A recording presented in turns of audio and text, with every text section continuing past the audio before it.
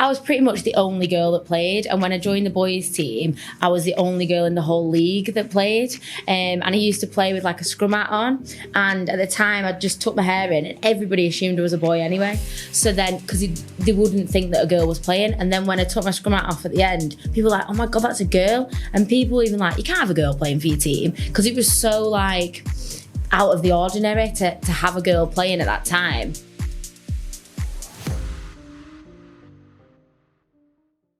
Well, Emily, Rudge, thank you for joining us. At the time of recording this, we're just a couple of weeks after that win at Wembley. Are you off the ceiling yet? What's it been like? Yeah, it's been really good. I think we've definitely been on a high since that win at Wembley, but sort of back into the season now and the run up to the back end of the season and hopefully making the final. So yeah, we're back into business really, but definitely celebrated that win after winning Wembley. So much has been made about what it would mean for the women's game, for the Women's Challenge Cup final to be at Wembley. Did it live up to expectations and you know what you thought it might be? Yeah, definitely it did. I think the whole week, the build-up, Saints really made a fuss of us, and we just felt that the whole experience was incredible. It was really special for us to be part of that. You know, it was history made for the women to be there at Wembley, and I think we knew that it was going to be a special occasion, being the first ever time that it was there. But to actually win there as well, I think that probably exceeded our expectations. Lifting the trophy, you know, walking up, everything. It was just the support we had, and afterwards as well. It was just incredible. So let's kind of take it all back to the beginning and talk to me about kind of rugby league entry level Emily Rudge and how that started and how you first got into the game. Yeah, so I started just sort of like by chance really. It was in primary school. I was about 10 years old and my primary school wanted to enter this mixed rugby competition where it was like boys, you needed one girl basically to enter this competition, and it was the rest of the team was made up with boys. And so I didn't play rugby at the time, but they needed a girl, and there was only about 10 girls in my class that said, right, Emily's quite sporty, take her and she can just like go on the wing, she'll be fine. So I went along, played in this tournament, and I just absolutely loved it. Really got stuck in. I don't think they expected me to. And I just from there really found a love of the game. I think I'd not really experienced anything like rugby before. I'd done like athletics, I'd done netball, but I just love like the physical side of it and that contact. And from there then I went and joined a boys team, and just sort of never looked back really. Yeah, because the landscape for a primary school age girl involved, you know, looking to play rugby league then would be very different to what it is now. What was that like being a girl in a boys team?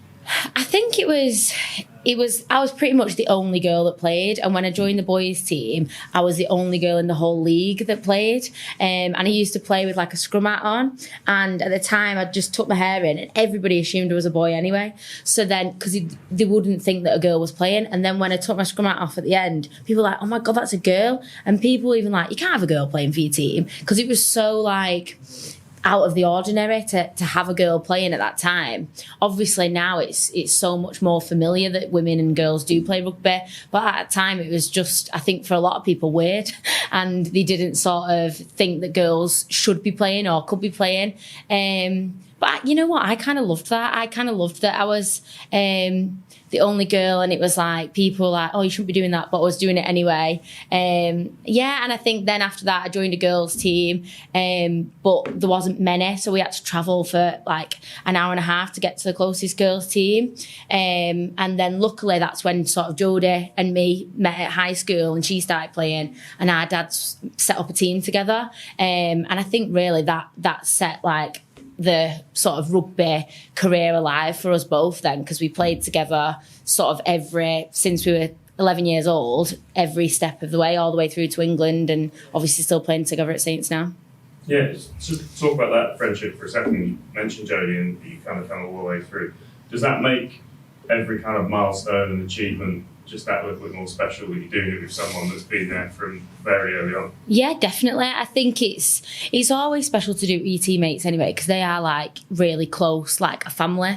But I think Jodie's like my best friend outside of rugby as well. You know, we've got a close group of mates that we went to school with and that we're still really close with. So I think Jodie's like my friend away from rugby, but also my best friend in rugby. So to actually do that and experience all the things that we have with your best friend is incredible. You know, we've been on tours to Australia and you know, travelled the world together really through rugby league and had so many amazing experiences that we never would have had if we both hadn't have played. You talked about your entry being in that schools tournament. Did you have a kind of eureka moment where you realised that rugby league was going to be something that was a massive part of your life for a long time? Yeah, definitely. I think just probably from first picking up a ball and playing in that first game, I loved it that much. And, you know, I think my dad was pretty pleased because he was quite into rugby anyway, but didn't think that I would be. So didn't push me into rugby at all, just let me carry on with the netball, athletics. And he was a big Warrington fan. So then when I played, he loved it and he took me up to all the games, and I think, you know, then my sister started playing, so it's kind of like a big family thing as well. So yeah, it's been a huge part of my life, and I think without rugby I would have a completely different life and probably be a completely different person as well. And we've got quite used to kind of the Women's Super League now being played sort of alongside the men's, and the facilities have improved and the standards improved, but I always think that there's kind of a bit of a gap between, I guess, when you left playing junior rugby and school rugby to the Women's Super League being organised into kind of what it is and what we know it to be now. Yeah. What was that like when it wasn't Saints and Wigan and Leeds, and it was more, you know, it was Fatto and clubs like that? Yeah, it was quite tough, to be honest, because things were very, very amateur, and people there wasn't any money put into the women's game really, like there is more, you know, and more sponsors and things. So we used to play on like park fields, we used to play where facilities didn't even have a shower after the game, and it was like a lot of girls played but then were switched off from playing because it was hard, you know, to find a team, to give up your weekends. And obviously we love playing the game, but then to see like the facilities that you had to play in, the fact that you couldn't get a kit, you know, people, sometimes negative comments were made about us playing. So it was quite like hard, but obviously we loved it and wanted to carry on. I'm so glad now that things have improved, and you know, that a lot of that stuff that we experienced is totally forgotten now. And the girls who've started playing rugby league will never see any of that, thank God, because the facilities are great, people are really supportive, and there's a lot more backing financially for the women's game, and it's making great strides. So I think it's only going to get better and better. But I do feel for those women who maybe only played in that period, in that era, because like I say, we're really lucky to experience what we've got now, but a lot of them missed out on that. But can I take you back to that time when the possibility of a Saints team and playing for St Helens became kind of mooted amongst the women's game, and that was an opportunity that became available for you? That must have been hugely kind of exciting, but perhaps a little bit daunting at the same time. Yeah, it was. It really was. It was kind of. I don't think we really fully understood what it would be like. I think we thought, oh great, they're gonna have a team, but we'll still be sort of like this amateur Thatweef team, and we'll just sort of be like affiliated to Saints. But I don't think we thought it would become what it is, you know, where we're playing out of the stadium, we're training at the stadium, and we've got, you know, incredible support staff and medical support and everything. It is really probably a lot more than we expected it was going to be. I think in comparison to what we were used to, going into that and playing for a Super League club was a huge step for the women's game, and that's really, I think, from that point on where we've seen the growth of the women's game. I think before that it was really stagnant and not much had changed. It was when, you know, all the teams sort of become part of these Super League clubs that it really boosted and took a step forward.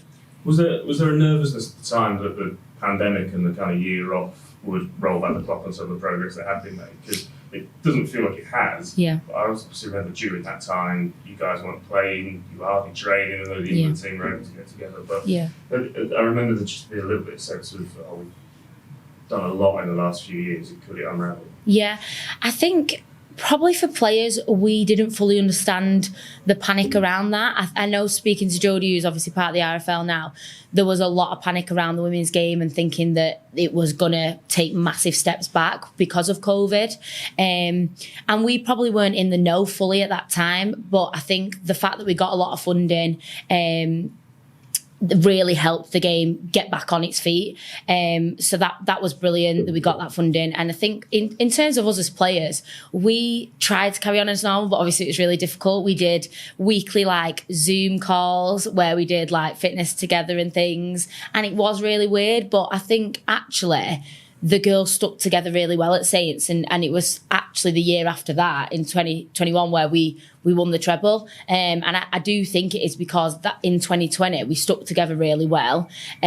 People come as soon as we could come back to training, everybody's back at training, and training was really good. You know, we made the best of it. It was like training, we had like groups of 6 for a couple of months, and then we could get into bigger training, and we weren't doing contact at first, so it was really weird, but the girls just took it all in the stride, and people just really adapted so well to it. And I think because of that, you know, we went on to be really successful the year after that.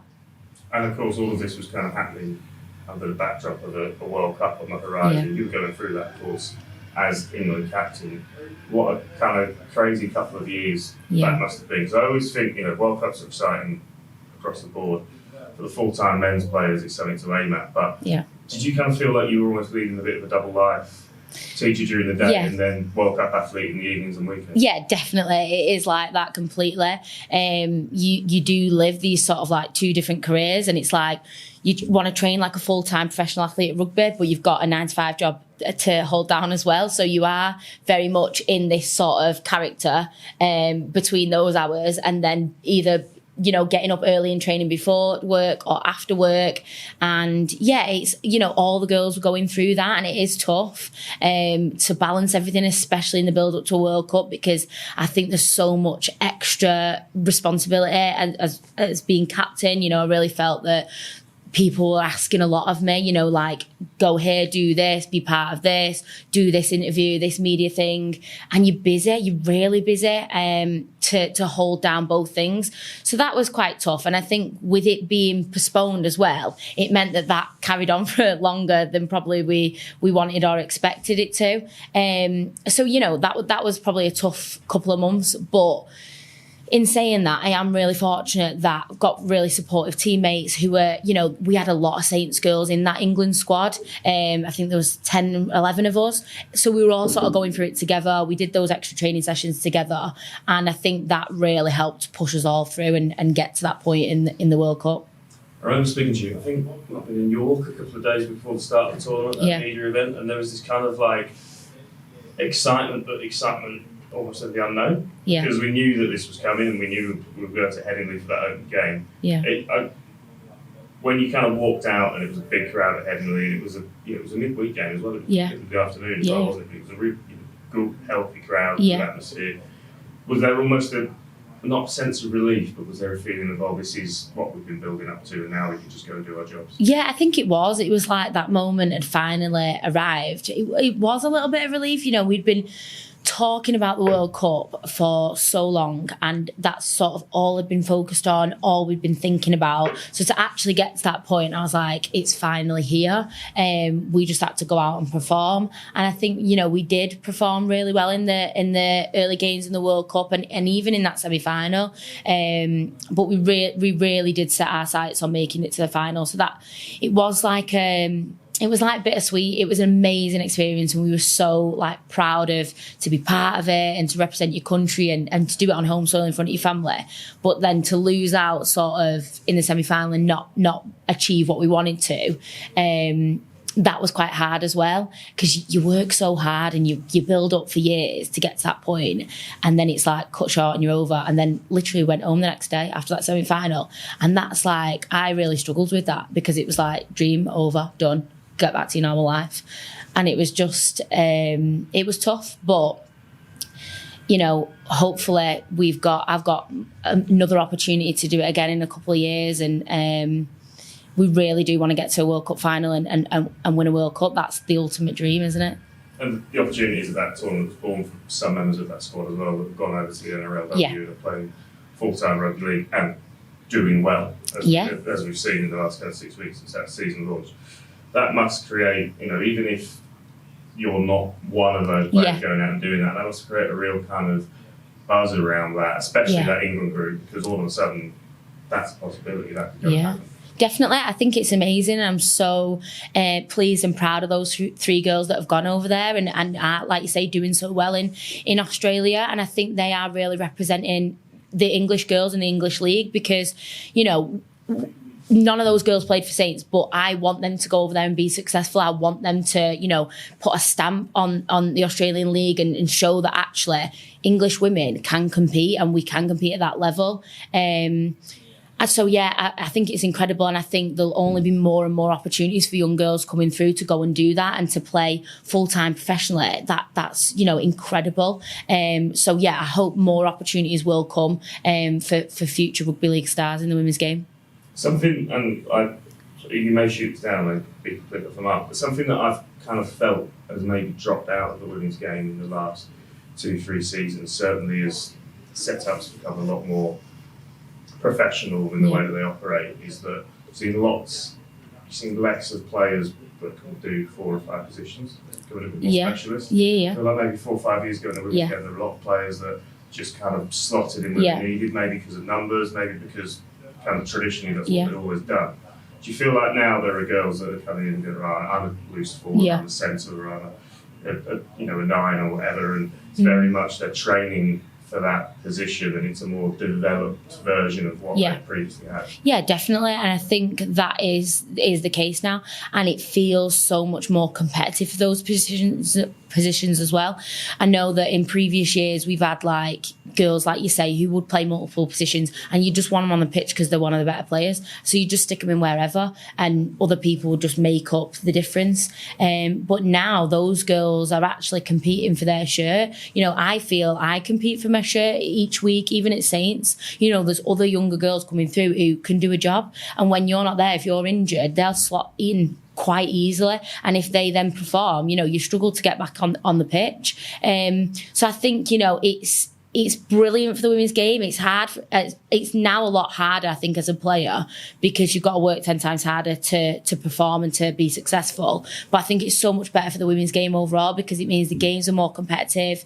You know, it builds a better England squad, a better international team. So I think, you know, the future's really bright for Women's Rugby League because of that development, that growth, and the competition getting better. So hopefully that'll keep continuing. So let's talk about kind of your position in that second row, which is where we see you most. Yeah. What are the things when you're going out onto the field? What are the kind of things that you're thinking, like, these are the jobs that I've got to do, these are my absolute priorities? I think I always think that I've got to work hard. You know, I've got to graft in that position, that I need to rack up the tackle count. I need to get in the runs, do the hard carries when we need to. And then, you know, off the back of that, when the hard work has been done and we find ourselves in a more positive position, in an attacking position, I'm very much sort of controlled by the half that I play on that side with. They sort of shout whatever plays, whatever lines they want me to run, and then I work very closely and off them, and they sort of control. We very much play at Saints like a left and a right side, and the half controls each side. So when I play along there, I'm very much sort of do what I'm told, and the half will control it, and I'll run the lines and sort of be that lead and that attacking threat that they want me to be. So I think my job is sort of do the hard work when we need to, and then when we are in an attacking position, just, you know, do as I'm told, basically. Has there been a sense of kind of adaptation over time? Because it feels like that position, you see more and more ball players. Yeah. It's the second row, and where perhaps traditionally it was pick a running line and stick to it. Now you're kind of importing, you know, to set moves and spread plays more.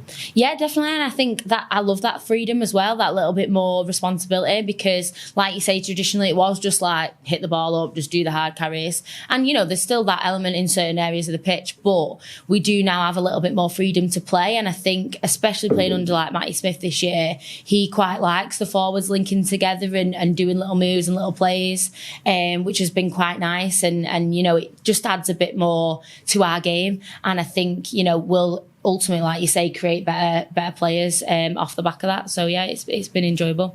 When you were kind of developing and coming through, were you the kind of person who watched other players doing it? Did you base your game on anyone? Was there anyone in that position you thought, that's what I need to do? It was hard, really. I think when you play as a younger girl, it's probably not so much like this now, but you just play wherever. And honestly, in girls rugby league, we didn't even really have positions. We just sort of all like lined up and we were just wherever. And because I was quite experienced at a young age, I just sort of tried to do everything. So I'd be on one side of the pitch when that ball was on that side of the pitch, and then be on the other. And I remember me and Jodie, we just sort of run round like headless chickens. And it's obviously not the way that you play now, but at that level, that was sort of what we did. So I wouldn't say I really looked up to anyone when I was younger, probably, because I didn't really feel I had a set position. Now, obviously, that I am in a set position, yeah, I do watch the men's and the women's game, you know, and even like the Australia games and just pick up little things from other players. I think you're always trying to improve and better yourself, and you're never like a perfect version of yourself. You can always improve. So yeah, I do try to watch and pick up other things from different players. You said you have to compete your shirt across Saints and England. When you look across the whole Women's Super League as it is now, who do you think is doing it best in terms of that second row position? Across the women's or? Well, across the full sport, but interesting to see the women's perspective as well.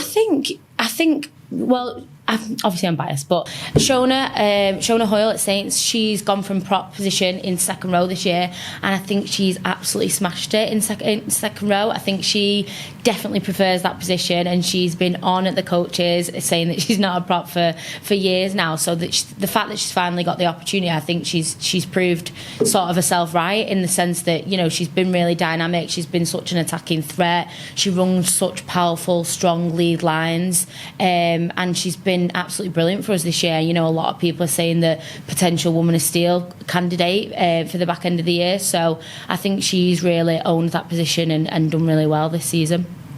And we've spoken about the progression of the Women's Super League and the way that just the whole sport looks has changed.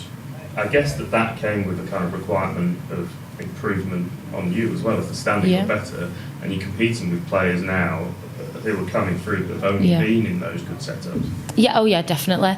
I think for us, we do have to work a lot harder. I think sort of when we were playing at an amateur level at Fataweef, we didn't train anywhere near as hard. You know, we sometimes we barely go to the gym, and I know that sounds terrible, and you think, how did you even play rugby? And I look back and I think, how did I do it? But yeah, we didn't, you know, put in those extra hours. We didn't do that extra conditioning that we do now, and we sort of have all these running programs and this sprint training and power sessions, strength training.